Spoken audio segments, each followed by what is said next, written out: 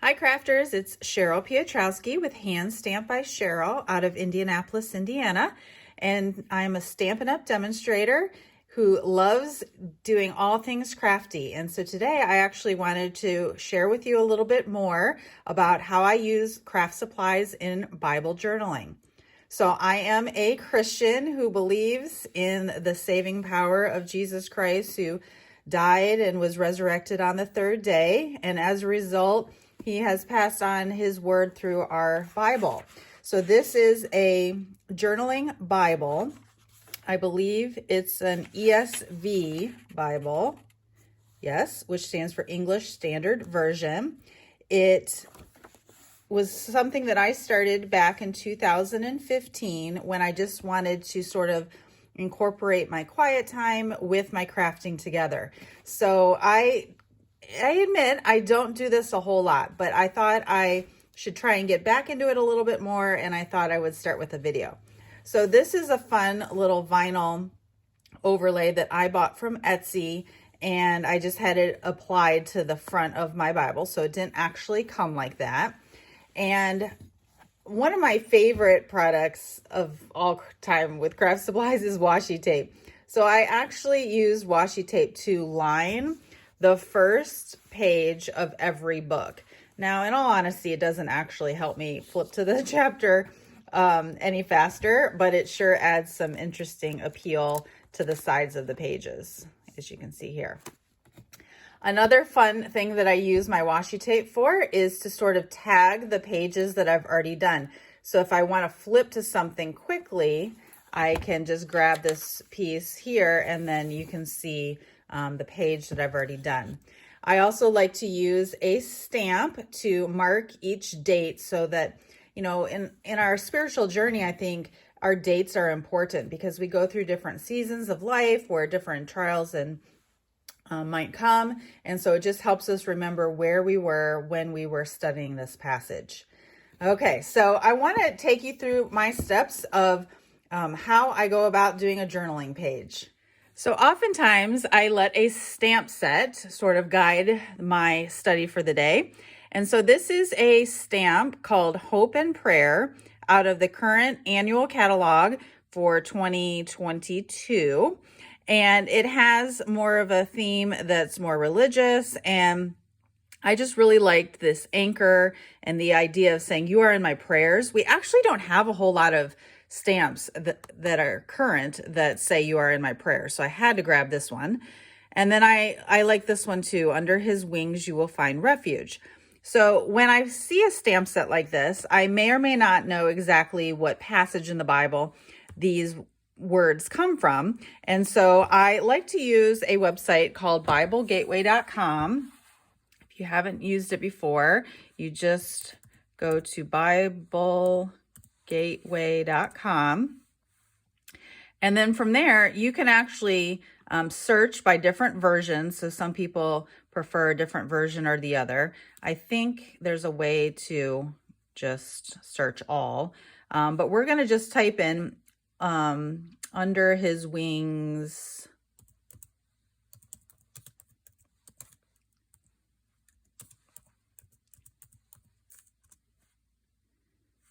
Okay, and you can see here that it looks like it's coming from Psalm 91:4.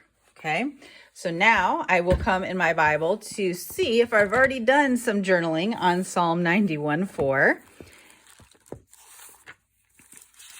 And I have not. So this page is blank. This page on this side has already been done. And this 2 pages on that side have already been done. So sometimes that is a challenge too if you want to decide which verse.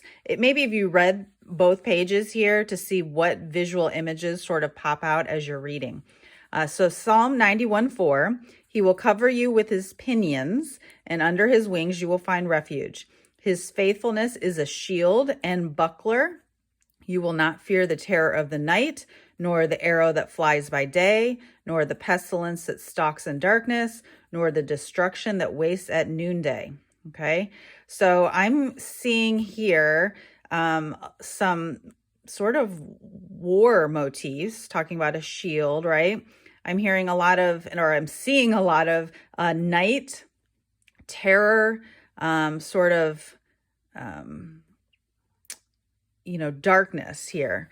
So I'm thinking that before I get started, I like to sort of read the whole passage, but I won't do that right now. So I'm just going to focus on the under his wings you will find refuge. So I would use this stamp and I would put it on a clear block. And the cool thing about these Bible journaling Bibles is they give you the sides where you can, make notes, or you can stamp things, or you can just even cover over on top of the words. So let me show you what I would do here. So this is my Bible journaling bag, which is, has some handles and some pockets in the front, and it just has a bunch of open space for me to just throw some different supplies in. So for example, this is like a little place where you can, put underneath your page so that you've got some flat surface behind, but you can also get it messy in case you're using like paints and whatnot. I try and keep my Bible journaling supplies separate from my scrapbooking supplies or my card making supplies, but I will tell you there are several different Stampin' Up! Supplies that I use that are great with Bible journaling.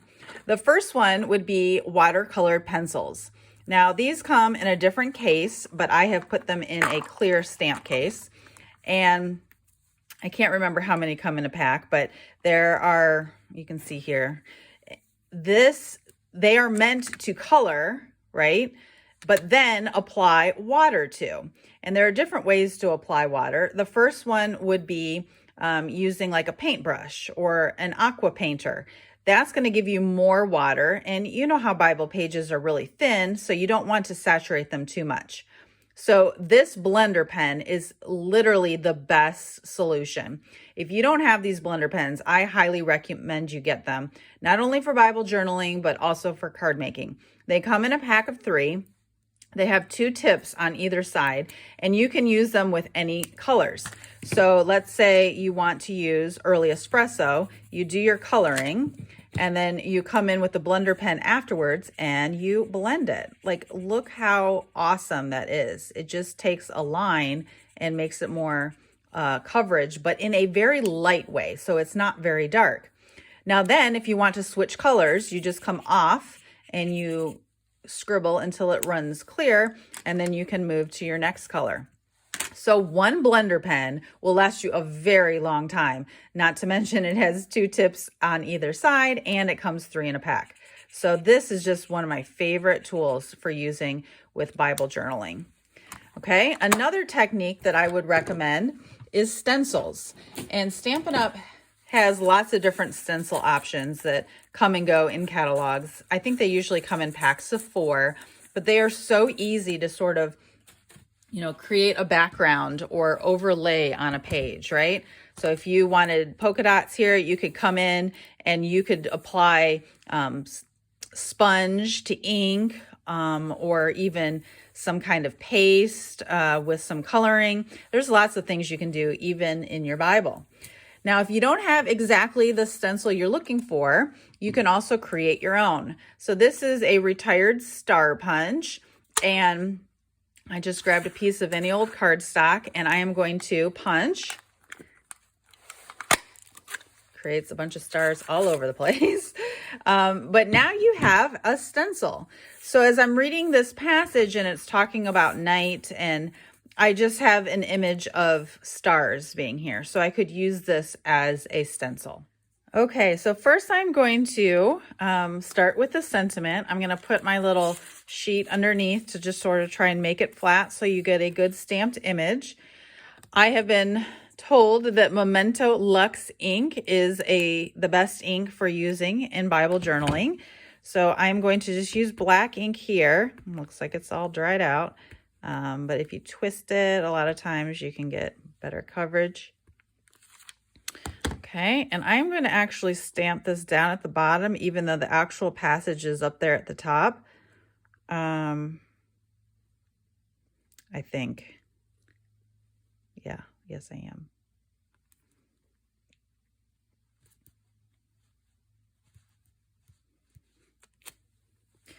Okay, so I might consider, since I'm not using a stamp positioner or stamp apparatus to get the best coverage, you can always use a pen to sort of come in and fill in if it's not dark enough for you. And I did get a little ring around here because I didn't clean off my stamp before I stamped, but that's okay because I'm going to probably add a bunch of other elements that will sort of detract from that. Another thing I'm going to do is I'm going to take my washi tape and I'm going to cover up the passage that we're talking about here, right? Because I want to sort of block that out so it's not going to be covered up with the ink that I'm hoping to apply here. And there's the rest. It just has one syllable that went on to the second line there. Okay, so next I found, as I'm thinking about this concept of wings and refuge being underneath the wings, right? That's partly why I put this passage down at the bottom, or the stamp. I don't know how to draw wings. I don't have a wing stamp, but I do have some feathers that are left over from an old paper pumpkin kit. And I almost thought that if you sort of combine them together, they sort of look like wings. So I think I am going to apply these and use some adhesive to sort of just hold them in place and then use them as my stencil.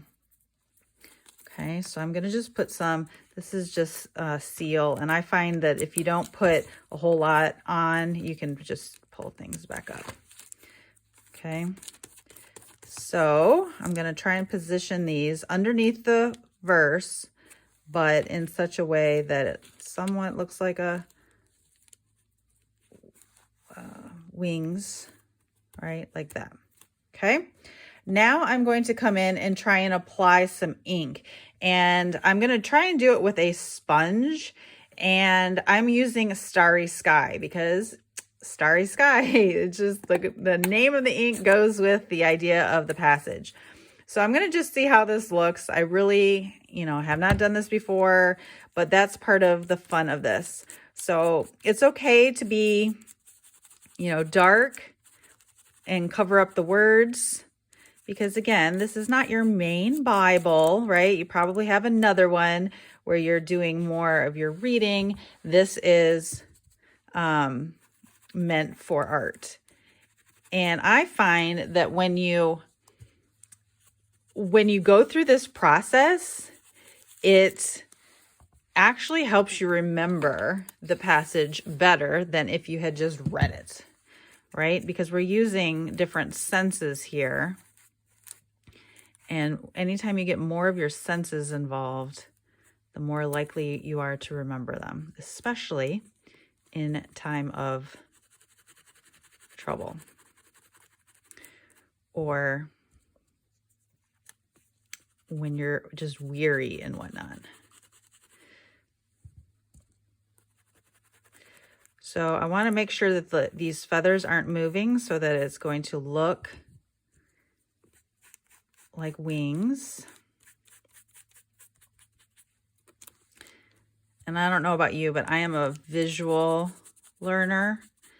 I do much better visualizing things than just hearing them. I cannot do podcasts. I cannot just sit and listen to something. I have to watch videos or do it myself in order to actually understand. So reading the Bible is great, but being actively involved in it is even better. So you'll have to comment below if you are a Bible journaler and what is your favorite technique to use. I might try and do a couple more videos because I know that there are so many different, I had so many different questions when I first got started with Bible journaling, probably because I was a little worried about messing up my Bible, but I've gotten past that point. Okay, so now, as you can see here, I should have totally taken this thing out so that I didn't have a line. So let's see if I can cover that line up a little bit. Feather is moving on me a little bit. So I don't want it too dark, but enough that the stencil will stay. Okay, so I think that looks good. So I'm going to peel it back and enough to just look like they are wings, right? I think it's got the desired effect. I'm going to now take off this for the verse so that you can clearly see the passage that I am talking about down here, but you can still see the other part too. Okay, so next I want to just show you how I would use the blender pen. So I am not 100% happy with this part because when the feathers overlapped, it sort of took some of the texture out or the detail. And so I'm going to actually use the Starry Sky. You can squeeze our ink pads, and then when you open them, you've got a little paint palette. So I'm going to come in with the blender pen and see if I can just add a little bit of, I don't want it too dark. You want to match sort of like the feel of the other. And actually, you know what? Now that that's, where did I put the other one? Oh, here it is. Now that that one's by itself, I could also come in and just sort of go like this. Not too dark, but just sort of to add some more into the places where it didn't all get covered. Yes, much better. So now I'm coming with this one.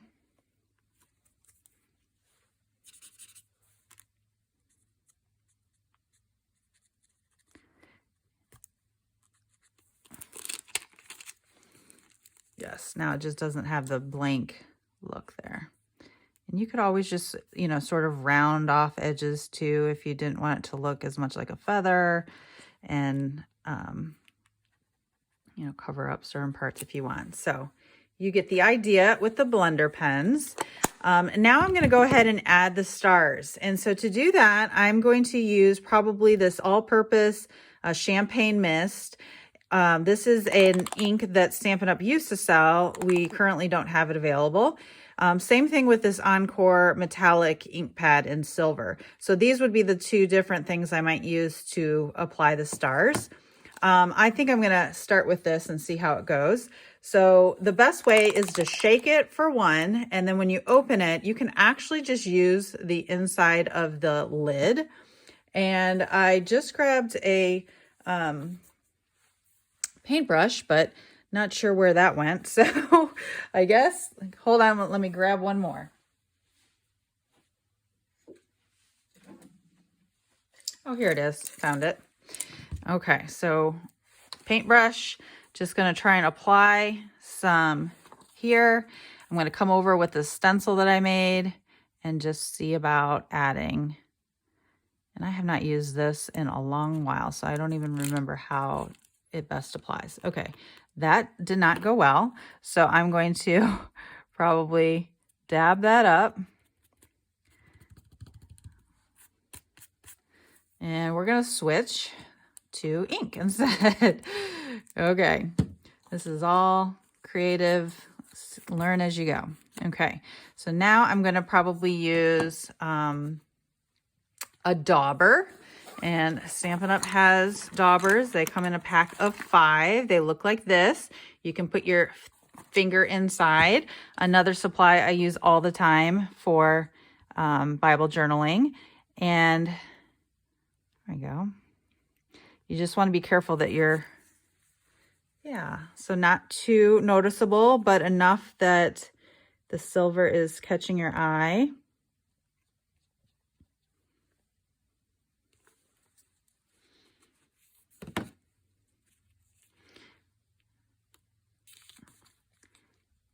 You could add a little bit of white too. I think white might also pop a little bit more. than the silver. The silver is very faint, but you can see it there, right? As you sort of tilt the page. Yeah. Okay, could do a couple more.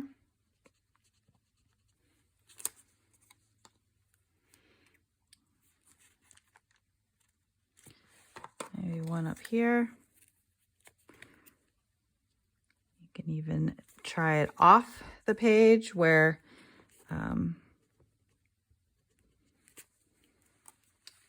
it's not blue. You can see it actually better, I think, up off the page there. So anyhow, that's just sort of a walkthrough on how I might go about doing a Bible journaling page. So hopefully this was inspiring for you, that you might, if you haven't done this in a while, crack out your Bible and try to do something creative.